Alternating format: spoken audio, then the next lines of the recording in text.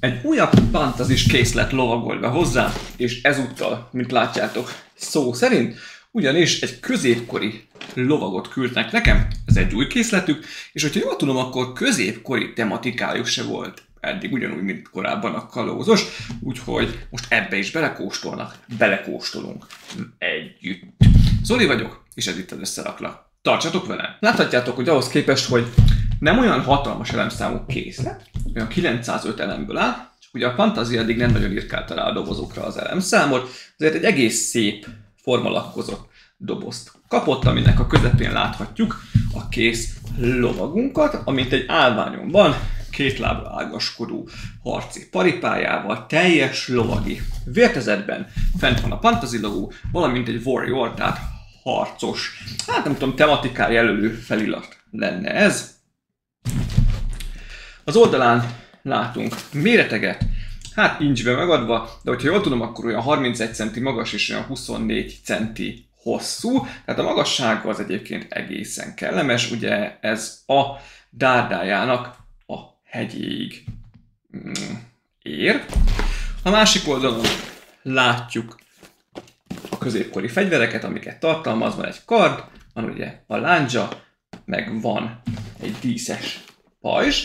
Gobrix Inside jelzik, hogy Gobrixes alkatrészekből dolgoznak. Pet Printing Brick, hogy printelt elemeket tartalmaz. A doboznak a hátulján pedig láthatunk további részleteket, de inkább arra kitérve, hogy mind a lovagnak, mind a lónak különféle ízesülések mentén lehet a végtagjait mozgatni. Na de nézzük, hogy mi van a dobozban. Ez a doboz annyira azért nincs telepakolva, szépen kicsúsznak belőle a darabok, valamint az útmutató gondolom itt alul. Vannak zacsiaink, amik, ha is jól látom, igen, azért számozva vannak, és van egy összerakási útmutatónk, szokásos fantasy minőség, de a Fantasy elérhetővé tette a weboldalukon az összes útmutatót digitális formában. Van egy külön menüpont, egyszerűen bepötyögitek a termékkódot, és már is elnavigálhattok a Drive oldalra, Google Drive oldalra, ahol látjátok az útmutatót. Én jobban szeretem digitálisan összerakni, mert ha bár nagyon jó minőségű ez az útmutató is, plusz helyet foglal, a laptop úgyis itt van, és akkor azon nézem. Az útmutató elején a szokásos fantasy közösségi elérhetőségek, termék, támogatás, és láthatjuk, hogy 4 fázisból fog felépülni. Az építés első az állvány, második, harmadik a ló, és negyedik a lovag. És itt kezdődik is az építés, ami tart egészen, azt mondja, 223-as lépés, 70. oldal. Meg itt van a 71-en is. Van egy A és egy B verzió. Hát az A verzióban a láncsa van a kezében, a B verzióban meg a kard, hogyha jól látom. Úgyhogy szerintem én neki is kezdek az építésnek. Van-e még itt valami? Igen, ahogy szokott lenni. Snoopy-s. Szerintem ez Snoopy és Moomines termékajánló van a végén, ezekből az IP-kből.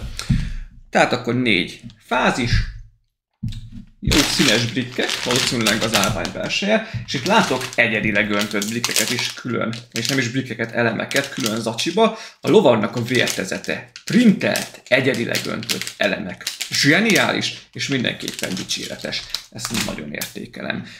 Elkezdem az építést, hozom a fázisokat, aztán megnézzük a kész lovagunkat együtt. Nem menjetek sehová! Egyes zacskó, elkészült a kis kompakt állványunk, majdnem fekete az egész, kivéve ez az átlátszó rész, valamint az oldalán a díszítő elemek.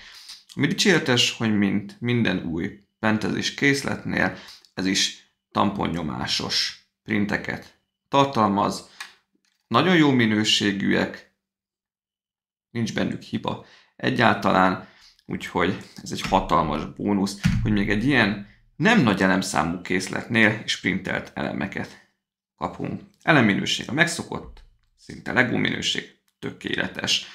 Ez egy egész stabil állvány lett, ami tök jó, hogy nem csak itt simán a tetejére van rácuppantva, hanem itt látjátok a réseken, hogy bele van építve a fekete borító csemperészbe, és erre lesz majd rápattintva a pacink, valamint erre a 2 kis pöttyelemre a 2 hátsó lába lesz még rárögzítve. Úgyhogy szerintem ez meg fogja rendesen tartani. 2-es 3-as zacskóból elkészült a ló.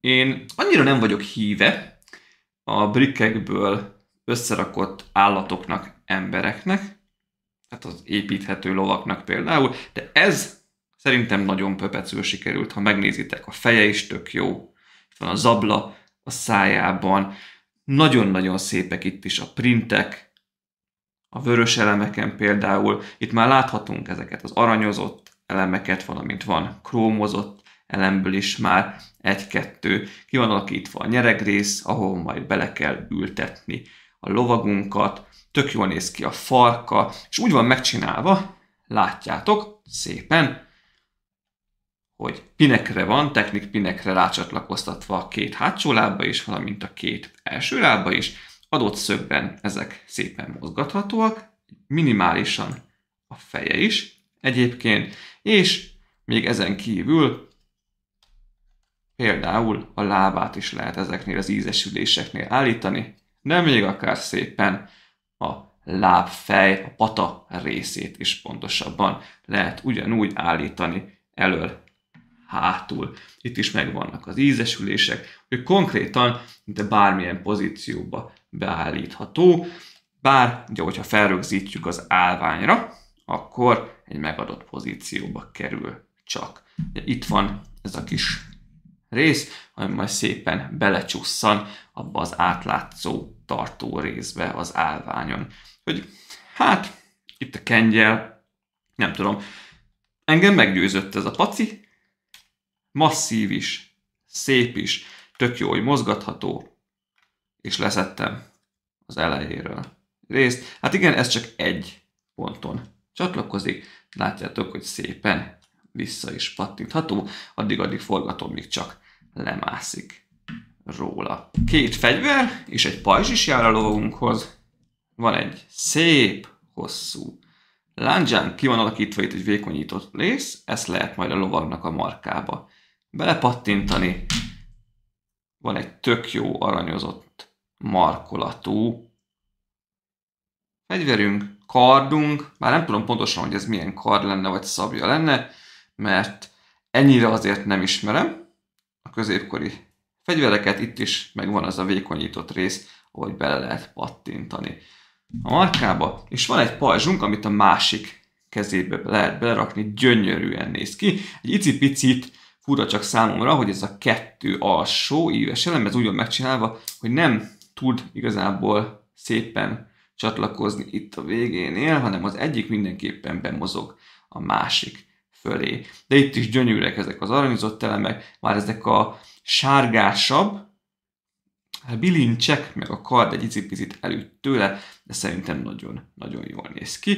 És akkor van a lovagnak a markában egy kis átlátszó elemrész, amire ezt föl lehet pattintani szépen. Tök jó kidolgozottak ezek a fegyverek is, hülyek igazából a középkori valós másaikhoz. És itt van Pipa szárláb lovak pajtink, akinek tényleg a lába a legfurcsább igazából számomra. Gyönyörű, krómozott elemekből épül fel, szépen fel van csatlakoztatva ide a törzs részére a két lába, ennek hála teljes mértékben mozgatható, ugyanúgy térnél, ugyanúgy bokánál, úgyhogy ezzel nincs probléma. A kezei be vannak hajlítva, de a kezeit is lehet mozgatni válban, valamint könnyékben.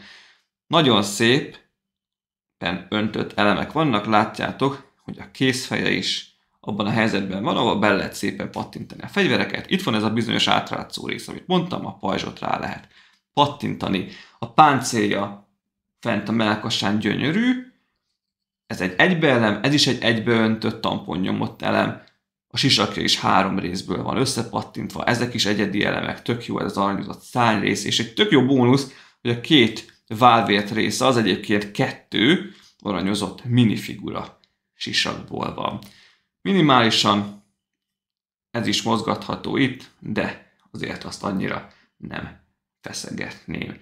Hát így egy picikét ezekkel a kis hosszú lábakkal furán mutat, inkább a felső teste, ami figyelemre méltó.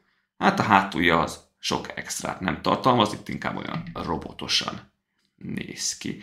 Úgyhogy szerintem össze is rakom a különféle részeit. Összeállítottam a különféle elemeket. Szerintem zseniálisan néz ki. Hát most nézzétek meg. Így a két hátsó lábán fel van ágaskodva. Szépen ül rajta a lovag. A pajzsot raktam az egyik kezébe, a másikba pedig a kardot. De akár bele lehet rakni a lándzsát is, és akkor körülbelül ilyen magasságig ér. Nekem a kard egy kicsit szimpatikusabb most így ebben a helyzetben. Szerintem nagyon jól mutat.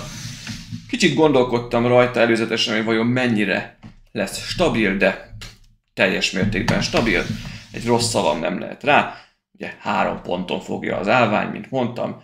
Ide belecsúszik szépen. Egy technikelem, valamint a két hátsó lábát is rá kellett rögzíteni pinekre. Nem akar leesni. Szépen lehet álligatni. A első lábait is, még hogyha akarjuk, lovagunknak a karjait a különféle ízületeknél, de egyszerűen fantasztikusan mutat ezekkel a krómozott, aranyozott, valamint a tamponnyomott, printelt elemekkel. Én még ilyen típusú építhető készletet nem raktam össze eddig, de remélem, hogy a jövőben majd lesz még lehetőségem, mert szerintem tényleg zseniális lett a maga nevében, most mondjátok meg, és egyébként tök könnyen le lehet patentálni lovagot, és ugyanis konkrétan ott, ahol nekünk a fenekünk van, meg egyéb dolog alul, ott neki egy 2x4-es elemrész van, és a nyeregre az csak simán rá kell pattintani, úgyhogy ha valaki akarja, akkor le is tudja simán szedni. Hát talán ami egy icipicit fura számomra, hogy ugye itt a kengyel, a zabla részek, azok csak így a levegőbe lógnak szabadon, de azoknak is jó a kialakítások, valamint, hogy látjátok, hogy a 4 sarkán az állványnak, ezek az elemrészek, ezek minimálisan mozognak, van egy pici holtjátékuk, de ez se igazán zavaró. Úgyhogy picit billeg, látjátok, de azért ez nem fog szétesni, és ez egy kiváló kiállítási darab, amit a polcra ki lehet rakni, és úgy meg is ragadja a tekintetet, hogyha ránézel. Hát, játékra azért nem ajánlom. Meg a kardnak a markolatának a végén ezt a díszítő elemet ezt le kellett pattintanom, különben nem fér bele a kezébe, azt mindenképpen lepattant róla. Úgyhogy szerintem ez a készlet minőségre, útmutatóra, kinézetre, hát nekem ez 10/10-es. Úgyhogy kicsit még itt a kengyeleken is lehet állítani. Igazából mindent szabadon lényegében beállíthatsz rajta, ahogy szeretnéd. Úgyhogy köszönöm szépen Pantazia a készletet, írjátok már meg kommentben, hogy nektek hogy tetszik ez a kis középkori lovag a csata ményével. Iratkozzatok fel a csatornára, hogyha tetszett a bemutató, dögötök rá egy lájkot, és hamarosan érkezem a következő bemutatóval. A videó leírásában megtaláltok a linkeket, kuponkódot, minden egyebet a készlethez. Ha tetszett, akkor szerezzétek be bátran. Ne köszönök mára, ennyi volt ez a bemutató. Vigyázzatok magatokra, további szép napot nektek. Sziasztok!